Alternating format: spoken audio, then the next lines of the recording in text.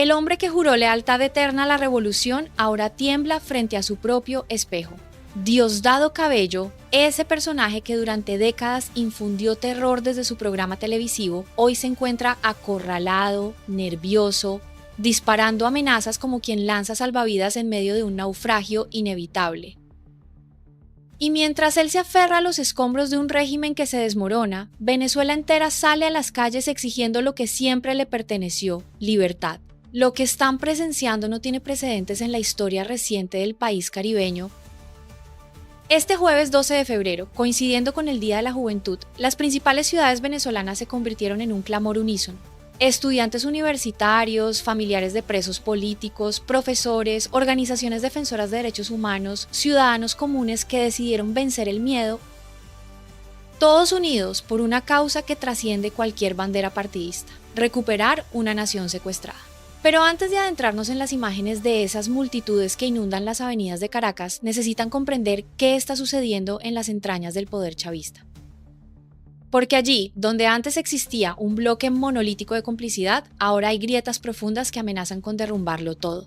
Y en el epicentro de ese terremoto interno se encuentra precisamente Diosdado Cabello, convertido en el principal obstáculo para cualquier apertura democrática. La noche anterior, desde su trinchera mediática, Cabello lanzó un mensaje que dejó helados incluso a sus propios aliados. ¿Qué dijo exactamente y por qué representa el mayor desafío para quienes sueñan con ver a sus familiares libres? Observen la magnitud de su cinismo.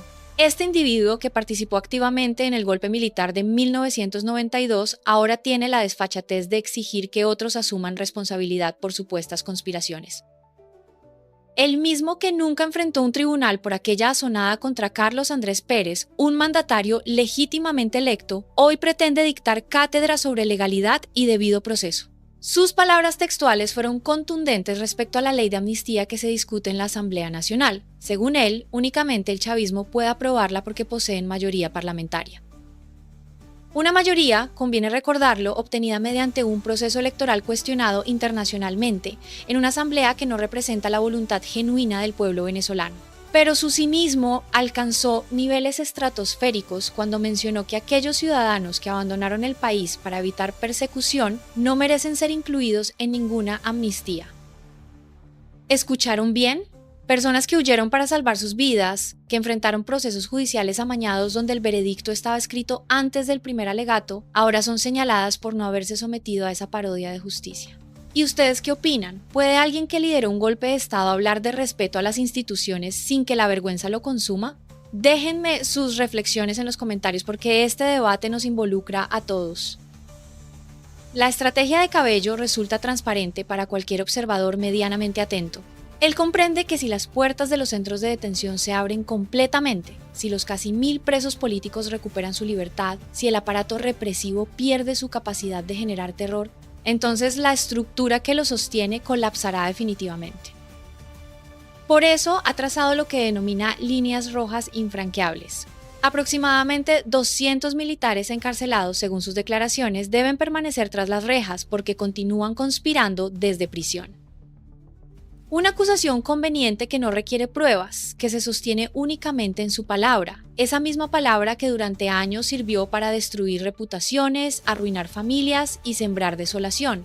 Pero aquí viene lo verdaderamente revelador de esta crisis interna. Diosdado Cabello no solamente se enfrenta a la comunidad internacional o a la oposición democrática.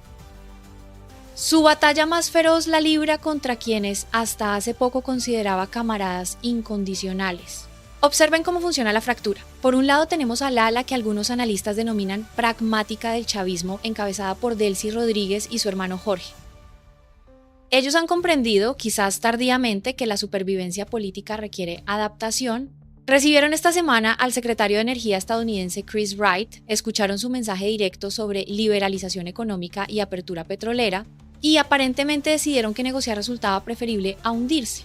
Del otro lado permanece atrincherado Cabello junto a Padrino López, representando ese chavismo ortodoxo que se niega a reconocer la nueva realidad geopolítica. Son los guardianes del templo ideológico que ya nadie venera, los custodios de una revolución que hace tiempo dejó de serlo para convertirse en simple mecanismo de saqueo y opresión. Y en medio de ambos bandos, Los diputados chavistas de la Asamblea Nacional no sabían hasta pocas horas antes si la discusión sobre amnistía procedería o se pospondría indefinidamente. Esa incertidumbre revela el caos organizativo, las tensiones irresolutas, el desconcierto generalizado de quienes ayer se sentían invencibles y hoy descubren que el suelo bajo sus pies se licúa. Finalmente, Jorge Rodríguez logró imponer la agenda. A la 1:00 p.m, hora de Caracas, comenzó la segunda discusión del proyecto legislativo denominado Ley de Amnistía para la Convivencia Democrática. Un nombre pomposo para un instrumento que, según múltiples organizaciones defensoras de derechos humanos, resulta insuficiente, ambiguo y potencialmente engañoso. ¿Quieren saber qué sucedió exactamente cuando los estudiantes decidieron tomar las calles? La respuesta les mostrará por qué este 12 de febrero quedará grabado en la memoria colectiva. Desde tempranas horas, la Universidad Central de Venezuela se transformó en punto de convergencia para miles de ciudadanos. Estudiantes provenientes de distintas casas de estudio, representantes de organizaciones no gubernamentales, profesores universitarios que durante años sufrieron persecución por el simple delito de pensar diferente, todos confluyeron en ese espacio simbólico de resistencia intelectual. Las imágenes transmitidas mostraban una realidad que parecía imposible apenas semanas atrás. Pancartas exigiendo libertad para los presos políticos, consignas coreadas con fervor juvenil, rostros que combinaban determinación y esperanza. El movimiento estudiantil, ese mismo que la dictadura intentó silenciar mediante represión sistemática, demostraba su capacidad de resurgir cuando menos lo esperaban. Pero las autoridades no permanecieron inactivas. Funcionarios policiales fueron desplegados en las inmediaciones de la universidad, particularmente en las entradas ubicadas hacia el este del campus. Ese despliegue generaba incertidumbre sobre las posibles consecuencias si los manifestantes decidían marchar hacia otros puntos de la capital. La pregunta flotaba en el ambiente: ¿permitirían las fuerzas de seguridad que la protesta se expandiera libremente o repetiríamos escenas de represión violenta que manchan el historial reciente del régimen? ¿Recuerdan cuando protestar pacíficamente podía costarte la vida o la libertad? ¿Creen que Venezuela realmente está cambiando o esto es simplemente una pausa antes de mayor represión? Sus opiniones alimentan este debate necesario. La respuesta a ese interrogante tiene múltiples dimensiones. Por un lado, existe presión internacional sin precedentes. La visita de Chris Wright no fue cortesía diplomática ni turismo político. Según fuentes cercanas al encuentro, el funcionario estadounidense transmitió un mensaje inequívoco a Delcy Rodríguez. Llegaron para liberar Venezuela y liberalizar su economía. Palabras que seguramente provocaron escalofríos en el ala dura del chavismo. Por otro lado, las manifestaciones no se limitaron a Caracas. Zulia, Yaracuy, Lara, Valencia, la Universidad de Carabobo, distintos puntos geográficos donde ciudadanos decidieron alzar su voz. Una coordinación nacional que demuestra organización, comunicación efectiva y sobre todo pérdida progresiva del miedo que durante tanto tiempo paralizó a la sociedad venezolana. Ahora bien, mientras las calles hervían de esperanza, dentro del recinto parlamentario se libraba otra batalla crucial. ¿Qué contiene exactamente esta ley de amnistía y por qué genera tanta controversia incluso entre quienes deberían celebrarla? El proyecto legislativo pretende abarcar casos de supuesta conspiración contra el régimen desde el año 2002 hasta aproximadamente 2019 o 2020. Grandes operativos mediáticos como la denominada Operación Gedeón, los eventos del Fuerte Paramacay, las protestas de distintos años que dejaron muertos y heridos, todos esos expedientes, según la intención declarada, serían objeto de amnistía. Sin embargo, múltiples voces alertan sobre vacíos preocupantes. ¿Qué sucede con ciudadanos encarcelados por publicar mensajes en redes sociales criticando a Maduro? ¿Qué pasa con aquellos detenidos por celebrar el 3 de enero, cuando el régimen sufrió un golpe político devastador? ¿Serán incluidos quienes derribaron estatuas como acto simbólico de protesta contra la tiranía? Jorge Rodríguez prometió públicamente el viernes anterior que saldrían todos los presos políticos. Todos debería incluir a venezolanos, extranjeros, presos de conciencia, activistas, periodistas. Pero Diosdado Cabello, desde su trinchera mediática, contradice abiertamente esa promesa colocando excepciones y condicionantes que vacían de contenido cualquier gesto de apertura. El caso de Nahuel Gallo ilustra perfectamente estas contradicciones. Este ciudadano argentino, detenido el 8 de diciembre en el paso fronterizo de San Antonio del Táchira, acumula ya 429 días en condición de desaparecido. Su familia desconoce su paradero exacto, no ha podido comunicarse telefónicamente, las visitas fueron prohibidas sistemáticamente. Su suegra, Yalita del Valle García, compareció ante el comité parlamentario narrando una odisea kafkiana. Contó cómo un taxista tuvo que preguntarle a un guerrillero local sobre el paradero de su yerno, y ese guerrillero sabía más que los propios funcionarios de la Guardia Nacional. La magnitud del absurdo resulta difícil de procesar. Un civil armado irregular posee información que las autoridades oficiales niegan.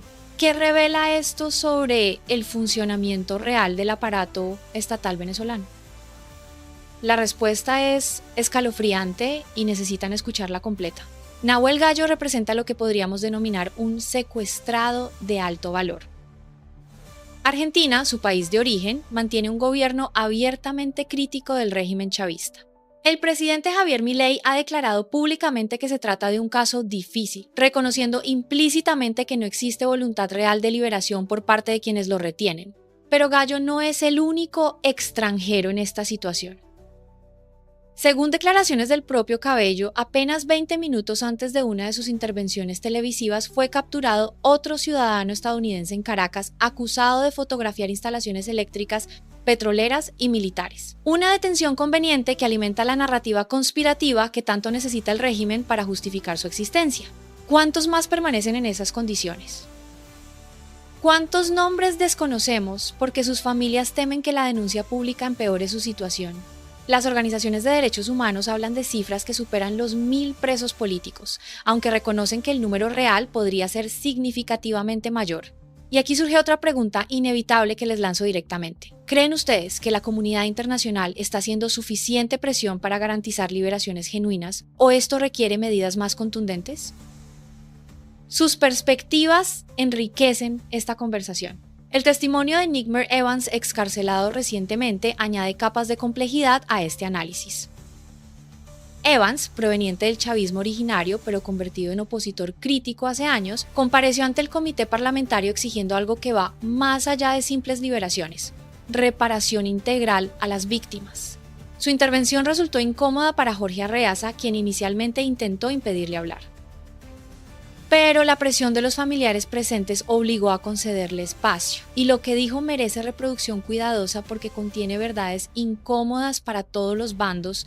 Evans recordó que existen más de 11.000 excarcelados desde 2014 que aún mantienen procesos judiciales abiertos. No son personas libres en sentido estricto, permanecen atrapadas en un limbo legal donde cualquier movimiento puede devolverlas a prisión. Viven bajo amenaza permanente, con restricciones que les impiden ejercer plenamente sus derechos ciudadanos. Su denuncia más potente apuntó directamente al artículo 11 del proyecto de amnistía. ¿Qué establece ese artículo y por qué representa un peligro para la verdad histórica? Según Evans, dicho artículo pretende borrar completamente los expedientes judiciales, no simplemente cerrarlos. Esa diferencia resulta crucial. Si los expedientes desaparecen, también se esfuma la evidencia documental de procesos amañados, torturas, violaciones al debido proceso, fabricación de pruebas. Todo el registro de atrocidades cometidas por el aparato judicial chavista sería eliminado permanentemente. Queremos que en algún momento haya reparación de la verdad, declaró Evans ante los legisladores. Su demanda conecta con experiencias internacionales de transición democrática. En países que superaron dictaduras, las comisiones de verdad cumplieron roles fundamentales para sanar heridas colectivas y establecer narrativas históricas basadas en hechos verificables. Pero aquí no existe ninguna comisión de verdad propuesta. La amnistía, tal como está diseñada, parece orientada a pasar página rápidamente sin reconocer responsabilidades ni compensar daños. Es como pretender curar una herida profunda simplemente cubriéndola con vendajes superficiales, sin limpiar la infección subyacente. Evans también señaló algo que debería resonar profundamente. No pueden igualarse las responsabilidades entre quienes ostentaron poder absoluto y armas para reprimir y ciudadanos indefensos que intentaban defender sus derechos. El perdón, argumentó, debe guardar proporcionalidad con la magnitud de los agravios cometidos. Mientras estos debates transcurrían en el hemiciclo parlamentario, las calles continuaban llenándose. ¿Qué mensaje enviaron los manifestantes y qué revelan sus palabras sobre el estado emocional de Venezuela? Miguel Ángel Borségui, representante de la Federación de Centros Universitarios, habló desde una tarima improvisada en la Universidad Central.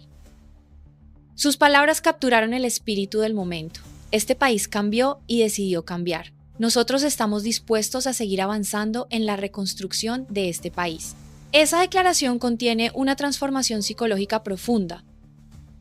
Durante años el chavismo logró convencer a muchos de que su dominio era inevitable, que resistir resultaba inútil, que cualquier alternativa sería peor. Ese muro mental está desmoronándose. Los jóvenes que marcharon hoy crecieron escuchando que no había esperanza, pero decidieron crear la suya propia. Borségui también mencionó algo crucial respecto al Helicoide y otros centros de detención. Deben ser cerrados y clausurados.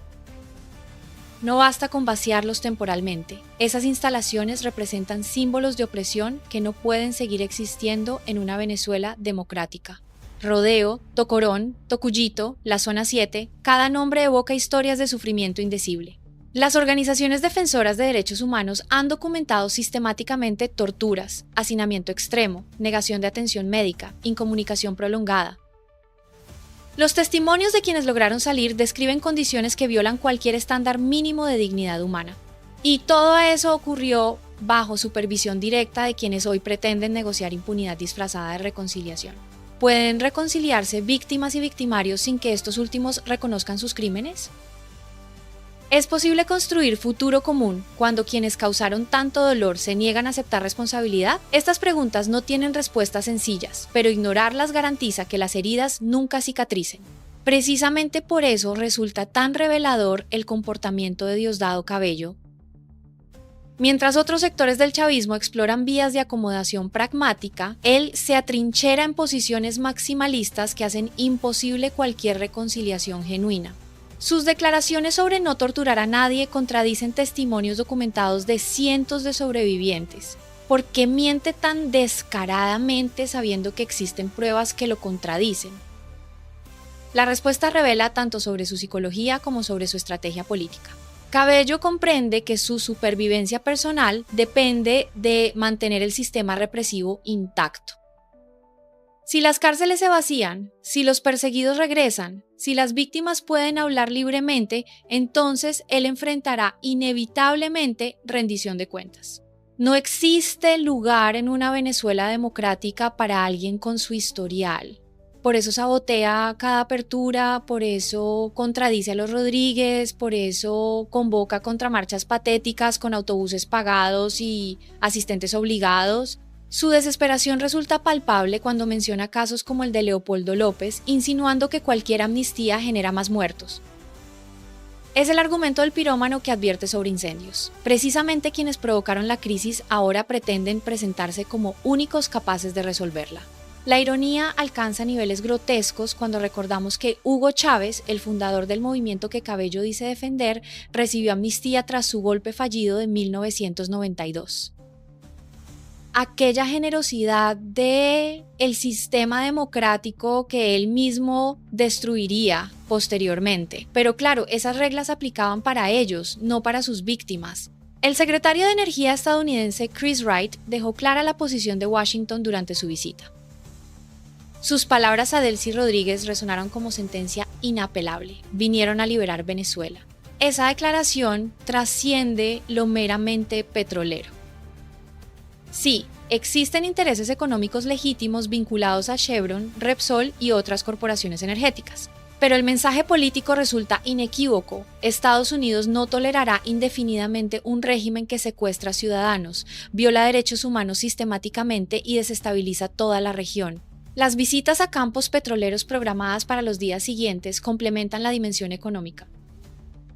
Venezuela posee reservas probadas que representan tesoros estratégicos incalculables. Un país con infraestructura funcional y gobernanza democrática podría transformarse rápidamente en potencia energética hemisférica. Pero eso requiere estabilidad institucional que el chavismo ha destruido meticulosamente. ¿Logrará la presión estadounidense acelerar transiciones que parecían estancadas? ¿O provocará reacciones defensivas que compliquen aún más la situación? Los próximos días ofrecerán respuestas parciales, aunque el desenlace final probablemente tome más tiempo del que muchos desearían. Andreina Abaduel, hermana de José Abaduel, preso político recluido en el Helicoide, resumió el sentir de miles de familias afectadas. El régimen se ha caracterizado por mentir, declaró sin ambigüedad. Hoy las víctimas estamos determinadas más que nunca a seguir luchando por justicia y libertad. Su caso particular ilustra las trampas que Cabello pretende tender. Su hermano fue detenido en relación con la Operación Gedeón, precisamente uno de los casos que el ministro del Interior quiere excluir de cualquier amnistía. Para familias como la suya, las promesas gubernamentales suenan huecas cuando simultáneamente se anuncian excepciones diseñadas para mantener encarcelados a sus seres queridos. No vamos a permitir que sigan usando estas acciones con efectos propagandísticos, advirtió Andreina. Es una declaración de guerra comunicacional contra la narrativa oficial. Las víctimas ya no aceptan pasivamente los relatos construidos desde el poder, contraatacan con sus propias verdades, con testimonios que desmienten las versiones convenientes. El movimiento estudiantil demostró este 12 de febrero que nunca desapareció, simplemente aguardaba su momento. ¿Qué significa esto para el futuro inmediato de Venezuela? Durante años, las universidades fueron campos de batalla silenciosos. Presupuestos recortados hasta la inanición, profesores perseguidos, estudiantes encarcelados por protestar. Muchos creyeron que esa generación combativa había sido definitivamente derrotada. Las marchas de hoy prueban lo contrario. La juventud venezolana heredó una nación devastada, pero también una tradición de resistencia que se remonta a luchas históricas. El 12 de febrero conmemora precisamente la Batalla de la Victoria, cuando jóvenes estudiantes defendieron la causa independentista en 1814. Esa conexión simbólica no es casual ni superficial. Los manifestantes de hoy portan antorchas encendidas por generaciones previas. Saben que otros cayeron antes que ellos, que la libertad tiene precio y que rendirse equivale a traicionar esos sacrificios. Por eso marchan aunque enfrenten riesgos, por eso gritan aunque sus voces puedan costarles la tranquilidad. Diosdado Cabello convocó sus propias movilizaciones intentando mostrar fuerza popular. Pero las imágenes contrastantes revelan una realidad que ningún montaje puede ocultar. Sus autobuses transportando funcionarios obligados, sus concentraciones donde los asistentes desconocen qué consignas corear, su incapacidad para generar entusiasmo genuino. Frente a eso, multitudes espontáneas que arriesgan su integridad por convicciones auténticas. La diferencia resulta abismal para cualquier observador honesto. El chavismo ha perdido la batalla cultural, definitivamente. Pueden mantener control temporal mediante represión, pero no recuperarán corazones ni mentes. Una generación entera creció viendo la destrucción provocada por sus políticas. Esos jóvenes no olvidarán fácilmente ni perdonarán gratuitamente. La aprobación de la ley de amnistía, si finalmente ocurre en los términos prometidos, marcará un hito importante. Pero como advirtió Nickmer Evans, no debe confundirse liberación con justicia. Abrir puertas de prisiones representa apenas el primer paso de un proceso que requerirá años de trabajo sostenido. Los presos políticos que recuperen libertad seguirán enfrentando estigmas, dificultades económicas, traumas psicológicos profundos.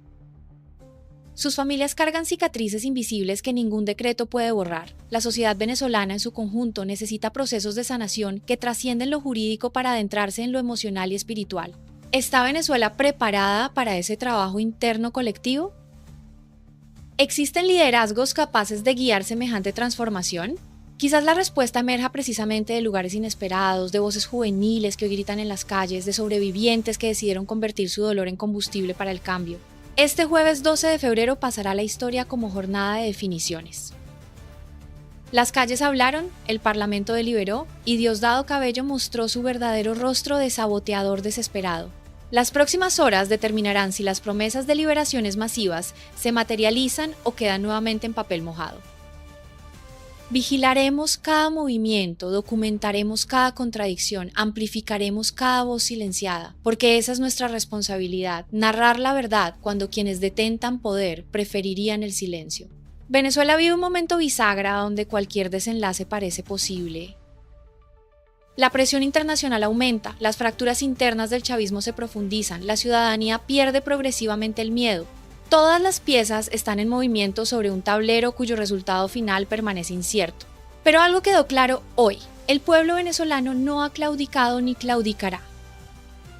Generaciones enteras fueron marcadas por la opresión chavista, pero ninguna fue doblegada completamente. La llama de libertad, por más que intentaron extinguirla, sobrevivió en millones de corazones que hoy laten al unísono. Diosdado Cabello puede atrincherarse cuanto quiera, puede lanzar amenazas desde su programa televisivo, puede intentar sabotear cada apertura, pero enfrenta una fuerza que ningún aparato represivo puede contener indefinidamente, la voluntad inquebrantable de un pueblo que decidió ser libre. Y esa decisión, una vez tomada colectivamente, resulta irreversible. Venezuela despertó, y quienes creyeron poder mantenerla dormida eternamente pronto descubrirán que la historia jamás perdona a los tiranos. Gracias por acompañarme en este análisis exhaustivo de una jornada que será recordada. Suscríbanse al canal, activen las notificaciones y compartan este contenido con quienes necesitan conocer la verdad. Juntos construimos el relato de una nación que renace.